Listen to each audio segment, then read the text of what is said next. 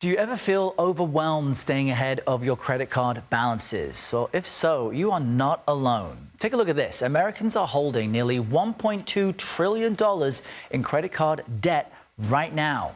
So how can people most effectively manage that debt? Well, personal finance journalist Stephanie O'Connell Rodriguez joins us here in Studio 57 with some ideas. Good morning, Stephanie. Thanks for coming in. This is something so many people struggle with. Why is credit card debt so high for so many people?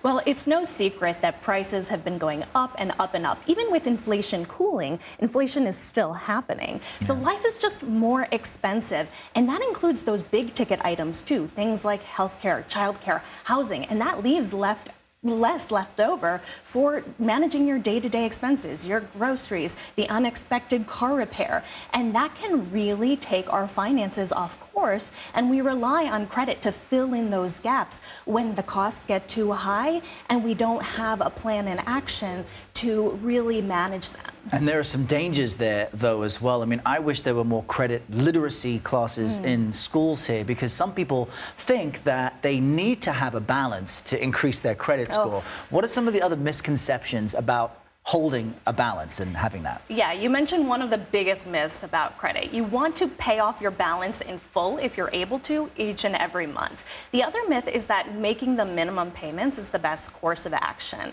So the minimum is what you need to pay to avoid any late fees. But if you don't make more than that minimum payment, then you're going to accrue the interest, the high interest that credit cards have. Which can often be more than the original balance for some folks. Absolutely. If you're only making those minimum payments, you know, that $20 purchase you charge to your credit card at 24% interest, you know, that's going to accrue again and again, because they're only going to say, oh, you only need to pay $5 a month on this. But, well, that $15 in the meantime is accruing 25% interest. And all of a sudden, this $20 purchase is, who knows, $60, depending on how long you take to pay it off. So the longer you take to pay off your balance, the more it costs you over the long term. That's how the interest works, which is why we really want to prioritize paying down the full balance. And also, if we're managing a lot of different credit card balances, paying down those credit cards with the highest interest rate first. Those are the debts that are costing you the most money each month. Yeah, no, that's phenomenal advice. Don't carry a balance if you can. Don't just make the minimum payments as well.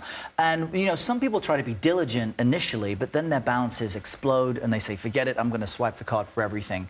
What is your advice to people who have large balances that they seem overwhelmed by? Because they can actually, some credit card companies will work with them to bring them down, right? Yeah, so first of all, I want to validate that overwhelm. It is completely reasonable to feel overwhelmed by it, and you're not alone. It's an experience a lot of people have. But there are also a ton of resources.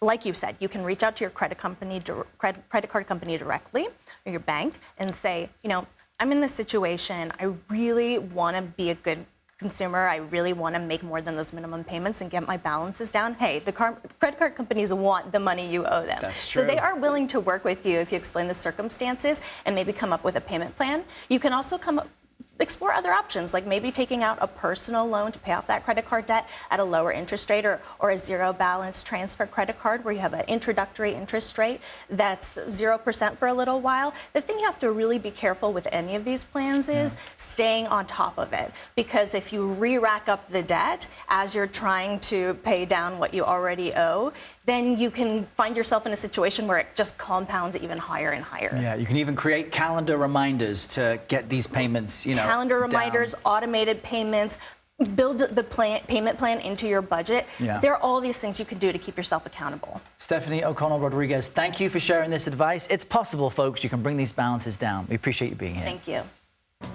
This Money Watch segment has been brought to you by AT&T Business. Connecting changes everything.